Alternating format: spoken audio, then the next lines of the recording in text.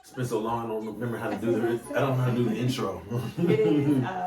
What's the intro for this? I know it's been a while. It is. Oh, you are tuned into the Turn Up. We're back. Happy Hallowgreens. Hallowgreens. From Grapefruits. It's been a while. It's good to be back in the saddle, as they would say, for the special edition of TLSC Radio. Right. Halloween, Hallowgreens. So shout out to our fans, our urban gardeners, our urban farmers, growers, and everything. So good to see y'all. It's good to be back. So how you been, Roots? I don't know how to answer that question. Answer how you been. I feel relaxed and rested. You know, we had to take some time off for self-care. Yeah, we didn't really take time. We took time off of filming podcasts or whatever. Kind of reduced some of our duties. Yeah, we felt like we were spreading ourselves too thin. Yeah. So we had to take account of things in our lives that we weren't giving 100% to, so that we could give 100% to things that really, really matter when it comes to urban farming and urban gardening. So, yeah. But we are happy to be back for this special edition. So let's get into it. Yeah, so again, you heard us say happy Hallowgreens, and that leads us into what we've been up to. So it is fall, yes, and you guys can still plant greens. Yes, but we're harvesting right now. I mean, we had a rough time this year with the tomatoes. Mm-hmm. I swear they didn't come up because what's the gestation period is usually 60 to 90 days. Yeah, they usually start blooming and bearing fruit around early June, and we had to plant them later than usual. So those of you guys who may not realize, because it's still hot outside in the summertime, but this year it was not as hot as it usually is. Yeah, that's so true. In May, we weren't getting the temperatures necessary to plant the tomatoes in time. And so we ended up planting them later than usual. And then we didn't really get a good yield because the summer wasn't as hot as usual. No. And I promise you, they just started coming up maybe a couple weeks ago. Mm-hmm. And we did not get in a lot of rain the last month or so. So when that happens, we have varmints. So the squirrels, for instance, they will bite. We had the big beefsteak tomatoes. I mean, they were coming out this big, but holes in them. So it's not the squirrels eat them, but they're getting the moisture from them. So they would just take a chunk, get the water and the juice out of that, and just leave it. So that kind of ruins it. So we tried everything. You know, if you ever run into that situation, a good thing is just to put out some bowls of water.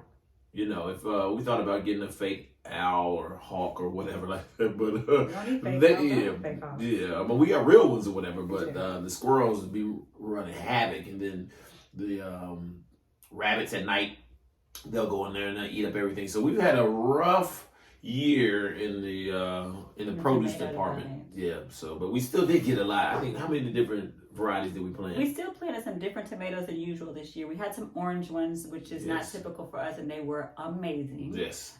We had some yellow tomatoes as well. We've had red. We had the big beefsteak. So we planted different types than we normally plant this year as well. But they tasted good. So the ones we were able to get, and we always plant our black cherry tomatoes because we love those. But I mean, just remember, like, there are hundreds of different types of tomatoes. You see like 4 in the grocery store, but if you plant them on your own, you can get a whole bunch of different kinds, and they're sweet, they're good, they're juicy, and so try it out next summer. Yeah. So, but the cucumbers are probably our most successful. Cucumbers, and as you see, these type of peppers, our peppers are still banging, coming out, but nothing like the cucumbers. I swear the cucumbers were growing. They'd be, you know, then they come out like watermelons. I was like, that's too big to eat, man. I can't. Big as my forearm. And then, not to mention, like, I would pick like 20 to 30 every time I would come out here. So I come out here twice a week, and I would pick like 20 cucumbers one day, 20 cucumbers on a day after. And I'm like, we can't eat all these. So a lot of our cucumbers ended up going bad because because I haven't figured out how to necessarily store them in a way that can keep them long. So we did purchase this year a vacuum sealer that reduces the air and all of that stuff out of packaging, but it does not work as well as a Ziploc bag. Yeah, Ziploc is fire. So A storage bag. I think Ziploc is kind of like when people say Band-Aid. That's the brand. Well, yes, Yeah, a that's storage the brand. bag It's with a storage zipper. bag. Oh, yeah. So those work the best. So if you're looking for vegetable storage, from our experience, just getting a regular old plastic zipped bag. Yeah. Storage bag. Yeah, storage bag, freezer and they bag. work best. And just put them in the refrigerator, y'all, in the drawer with the least humidity, and they'll last. I can at least get a cucumber to last for a month. Yeah. And we should have, what we did, that we dropped the ball on this one, was making pickles. Yes. We should have made pickles. We should have put them in vinegar sauce and made the pickled cucumbers, or just pickles and everything. The same thing, we dropped it on the tomatoes, because the ones we have, like I said, we don't sell them, because again, that becomes another job. So a lot of times they just sit at our house, and if people don't come over and help, then I can't really donate them and give them away to people. So they just kind of sit in my refrigerator. But I have made some banging spaghetti sauce. Yes. Yeah. So if you mix in like 6 different type of tomatoes and cutting them up, smashing them up, I make the banging turkey spaghetti. So like I made some last night with the tomatoes, peppers, the 3 different types of peppers that we've had. What else was something else in there? What else is we have out there? We got a Maybe it was all pepper. Oh, it was all the peppers. So it was the hot peppers. It was the poblano peppers. It was the green peppers. Yeah, but I didn't use anything. I think from the store I probably used some 2 different type of onions, and then some spinach. You think he's a chef? Oh, it's good though. So making homemade sauce. Well, I'm gonna start canning. Nope, because that's another job. So. But I mean, thinking about sauces and things like that, and things we did not do this year that we could have taken advantage of, does have me thinking about what we could possibly do next year. And I'm not saying canning and pickling for the masses to sell, but we might need to consider that just so we can preserve food. Yeah, and just preserve food, and that's just another thing we add to our repertoire that we can show the kids. Right. So that would be great for the Seed to Feed program that we're doing with FCS. So if we could show them just not only how to get it from the seed all the way to the store, but also to storage. Oh, that was dope. Oh, I'm killing them today. I'm killing them, boy. So yeah, we still do. Ooh, I'll be smart. We still do our work with the kids. And so, speaking of work with the kids, we're jumping all over the place here, but it doesn't matter. Like I said, we had so much to talk about. There's so much to bring y'all up to speed with. We just, as it pops up, we just gonna keep rolling. Yeah. So speaking of that, we are still working with our children. So we still have our kids coming out in the spring, and they do build their own garden. And this year they were really successful. They grew Swiss chard, they had peppers, they had tomatoes, they had cucumbers, sunflowers, and they also grew hibiscus. And hibiscus we got in abundance. And so, what I have done with their hibiscus is cut it, dried it, and I made hibiscus juice the other day. Did you? So That's weird. I didn't get any. You didn't? I didn't bring any over yet. Oh, okay. But you still got it. Yeah, so Okay, it's I was making hibiscus, sure. lemon, pineapple, ginger. I swear you're saying, is it hibiscus? Hibiscus. You're saying like hibiscus. Hibiscus. Whatever. Okay. You know what I'm talking about. So they did really, really well. So what we did is once the season ended, we cleaned up their beds for them so that they would be ready for them in the next year. And so we wanted to make sure the soil turned over really nicely. So of course we did what we always do, which is put our cardboard and paper down. And then on top of that, put some kind of mulch and wood chips. And that'll all break down in the off season so that the soil's nice and nourished for when they come back in the springtime. And that's the biggest thing also, that when people come and ask us to, make a garden beds at their school and everything, you have to think about the time commitment and when the kids are not there, and then in their considered off season. So like now, the kids are in the summer, they're not coming to this program like they did when they were in school. So then we end up having to take care of that. But and that's the things you got to look at when you're doing it at schools, like plant for that season, but plant where it'll end, where the kids will still see the fruit of their labors, because they were out of school and the stuff was still growing, so they didn't even get to see really what they would grow and everything. So now when they come back in the fall, we got to make sure that when they plant something has a gestation period a little shorter. So when it comes right before they get out for the winter holiday, that they can see. And I really, really wish they had the program started like now, so they can plant the leafy greens. They wouldn't be ready in 4 weeks for Thanksgiving, but it would be ready for Christmas holiday, and for them to actually eat what they grew. Some collards, some kale, some lettuce, some cabbage, some broccoli. I think that would go a long way into fortifying what we're trying to these kids to understand. Because sometimes it takes the kids to teach the parents. And that's really what we're doing. It's not like the parents are lost, but the parents are only going to do what the generation before them had taught them to. So there's sometimes you can reverse teach. Yeah. And if you are able to tell your parents, like, no, maybe, can we cook this? You know what I'm saying? Or maybe we shouldn't use salt here. Or what, you know what I'm saying? Maybe we should use olive oil, you know, to cook this. And like, you know, I want a salad, you know, so. Because you're right. If the kid brings home leafy greens and they've never tried it, a parent's going to be really inclined to say, you know what, since my child brought this home, they grew it, you know, they're more likely to say, okay, let's do it. Let's try it. And so it is an opportunity to, like you said, teach backwards. But, you know, so you're probably wondering, you know, Farmer Mac said something about he wishes that they were kind of around now so they could see the fruits of their labor and the greens that we've planted. So yes, if you're in one of the southern states and you're in a warmer climate, if you're somewhere where it's already snowing, this ain't gonna work for you if your ground's already frozen. Where is it snowing? I don't know. I don't watch the weather. It's I don't watch it. It's not snowing nowhere. No, it did have an earthquake in California yesterday. But if you have like frozen ground, you can't put seeds in frozen ground. But here in Atlanta, it's not. I mean, we just had 75 plus degree weather days over the weekend. And so you can still put your leafy greens in the ground. So leafy greens do like cold weather because it keeps the leaves crisp. Yes. And so you can plant that stuff still now.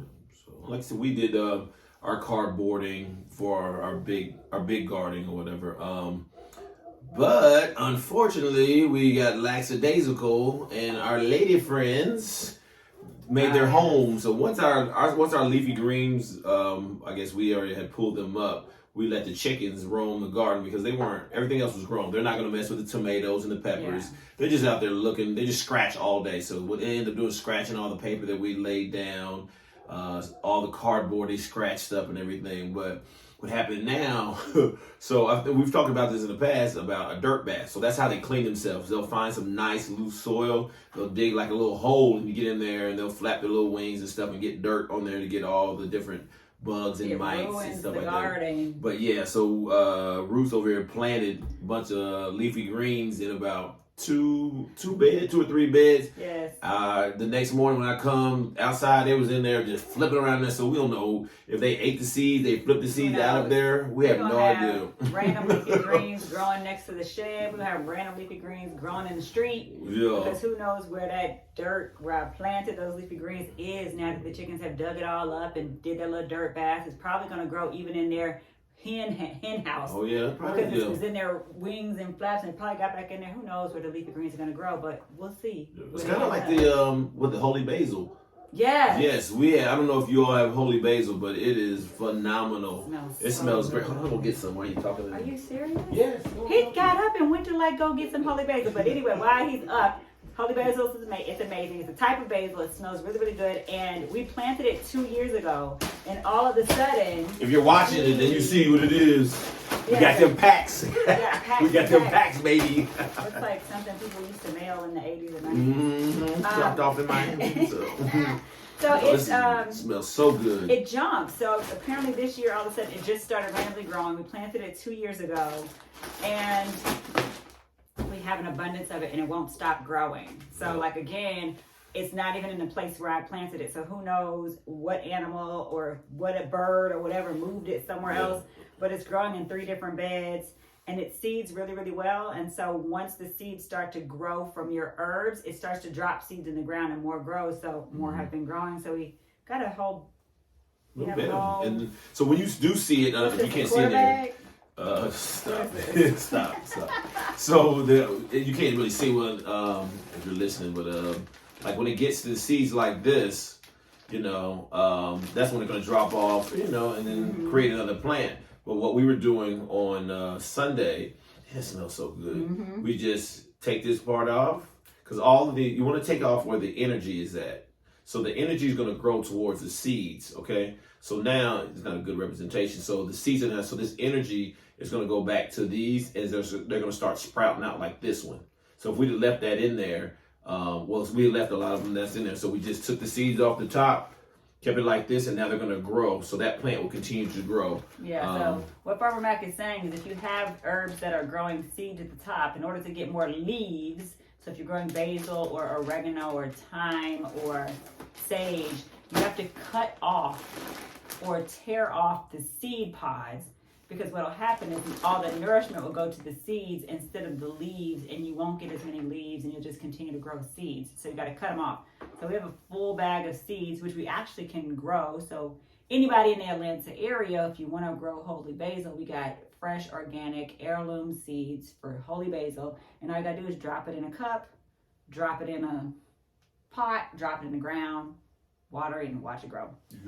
So that's the same thing we talked about, if you remember from the earlier podcast. So for tomatoes, you want the tomatoes to grow up. So that the energy is, so if you leave the top leaves alone, but you probably have about 4 or 5 inches from the ground, start taking those leaves off so that they can grow up. Right. With our peppers, we want them to go out. east and west. So that's when you pick them from the top. So the energy goes to the east and west. So remember that east and west for peppers and bushes like that. And then for tomatoes, you want them to grow tall. And cucumbers. Yes, and cucumbers like that. So that's just, as Ruth said earlier, it's about all about the energy where it's being Where'd you produced. get this energy word from? Oh man, sometimes I be reading. I was on an airplane. I told you, what's that guy name? The Gangster Gardener. Gangster Gardener. Yeah, I was watching that on the Delta. Shout out to Delta if y'all want to sponsor us. So yeah, what's his name again? Ron Finley. Yes. Yeah, that was good. So he has a master class that I was watching on the on Delta flight. So if you get a chance, it's probably if you have anywhere an hour flight. Hour 15 minutes, you can watch all the. I think it's like seven of those. Some are 5 minutes, some are 15 minutes. So that's real good information too. Yeah. So Farmer Mac is saying bushy plants, cut them from the top. From the top. And taller plants, cut them from the bottom. Yep. Yeah. So real quickly, I did want to jump back into. You know what? What's that? I want to jump back into, let's talk about, let's talk about what we're doing now. So we are planting leafy greens. Of course, it's off season, so it's about to be winter time. We still have our peppers out there. Peppers like to be crispy too, so they can probably last until it gets super cold. So I'm going to leave those. And we planted leafy greens, like I said, but we also have something very special and fun coming this weekend. Yes, we have. Ooh. Who's that? I don't know. Okay. That's my drum roll. That's my drum roll. I know how to roll my tongue, so that's what it is. You don't know how to roll your tongue, because I don't know. But yeah, we're having fruit trees and fruit bushes delivered. Yes. Another grant and opportunity we have from Food Well Alliance here in Atlanta.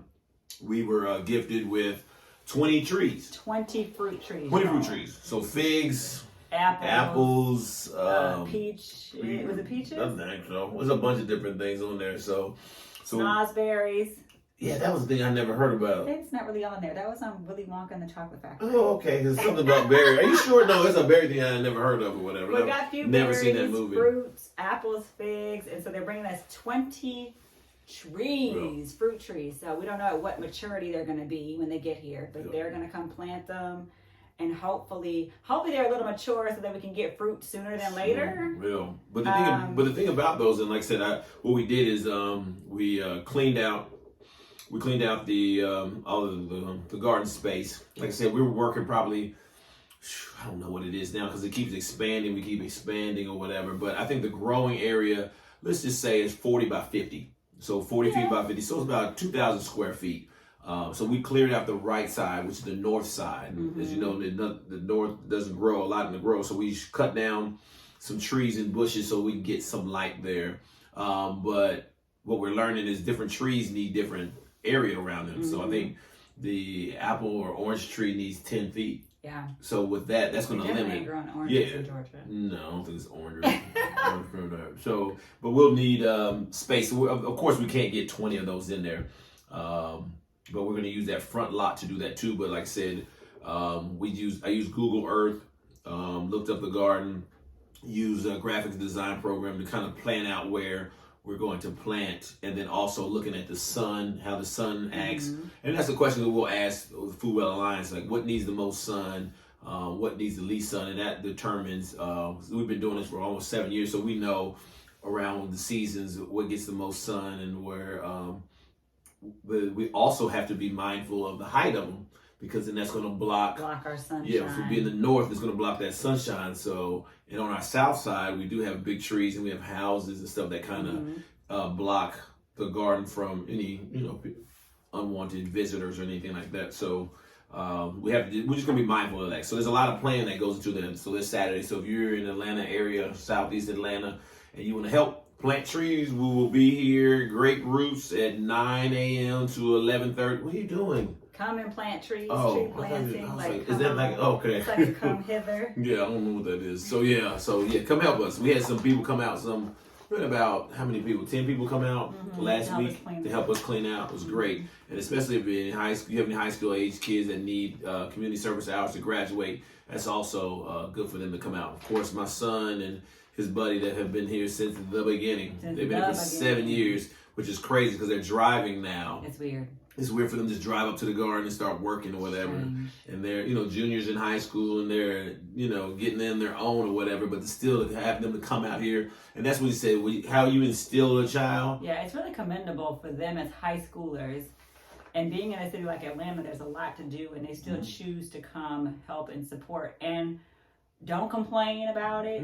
They're happy to be out there. They're happy to support and help. And so, I must commend those young fellas. Like, they really helped us out. We wouldn't have been able to do it all these years without them. No. And I told my son, I said, it shows. It shows. So when you're up there with those wheelbarrows, dumping all that dirt and the wood chips, and you're plowing, trying to hold that plow down, you're cutting the grass or whatever like that, and now you're on that football field, and you're doing that, and you can control some other man, you telling him where to go because your arms is what we call country strong. So he's seeing the fruit of his labors now. So I can't even wait for him and his buddies that have been out here helping us that play baseball, just to see the leg strength and the arm strength and everything that they're getting from being there. So I think they understand, it is work. They're learning about growing and eating healthy, but they also understand that, work ethic and being strong too. So very commendable for these young kids that's been riding with us for 7 years. That's a long time. I can't believe it's been 7 years. Oh yeah. Can't wait till the 10-year anniversary. What are we gonna do? A party like we always do. We have a 7-year anniversary party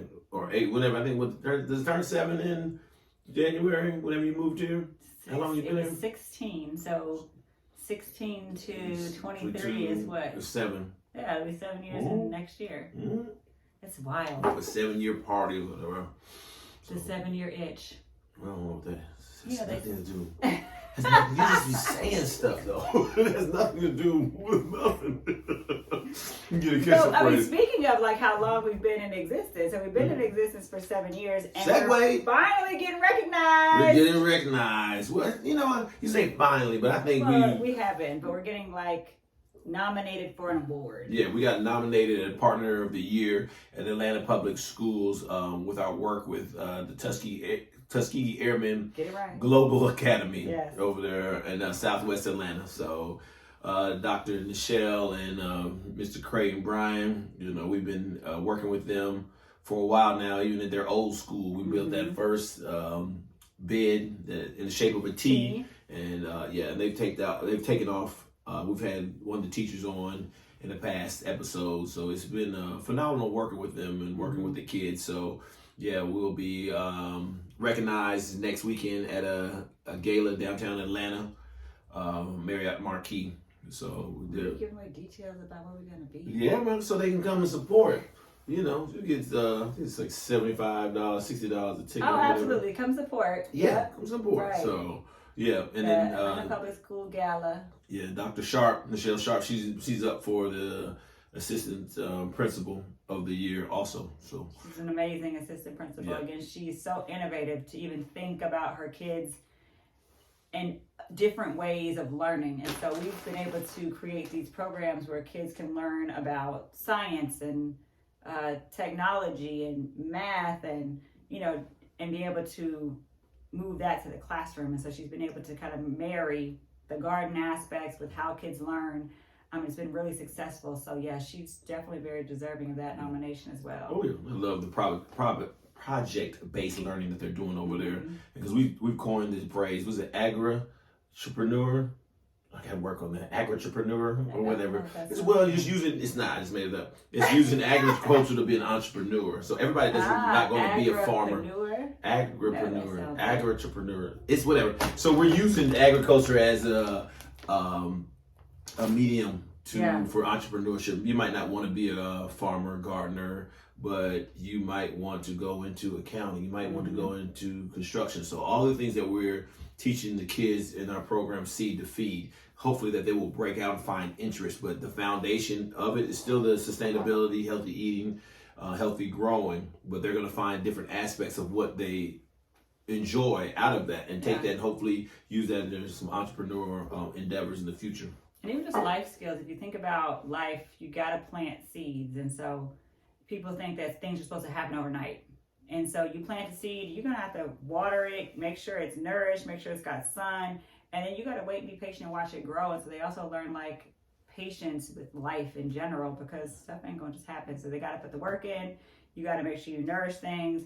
And so just life skills are also taught even through these things we do at the garden. So yeah, they're just universal laws. Yeah. They're represented in different ways and through different people. But like I said, there's basic foundations of life. So you reap what you sow. So whatever you get in, sometimes you get out more than you put in. Because think about it, one seed.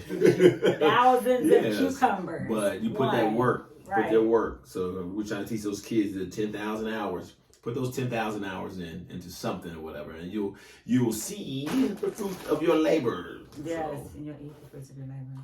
Yeah, so as we wind down this special episode of Hallowgreens,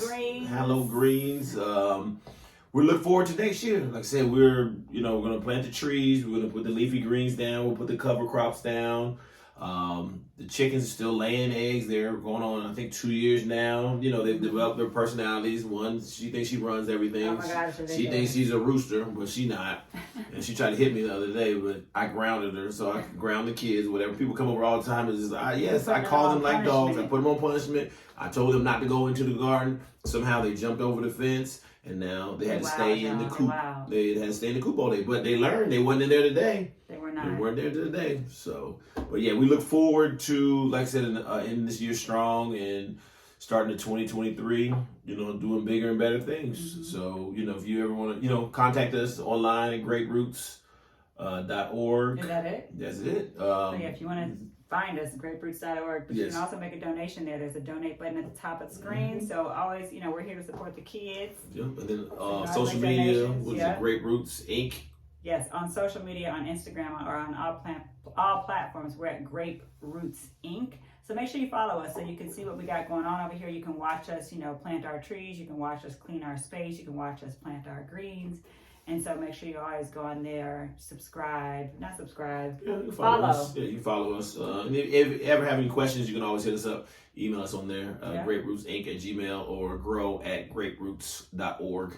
Either way, we always get it. So this has been fantastic. Like I said, we haven't been in the saddle for a while, so I know it's again quick 30 minutes, but it's been phenomenal. We still out here. We out here. We outside. We outside. Be healthy. We not outside. We're inside right now. But thank you for listening. Spread the word, and we are out. It's the turn up.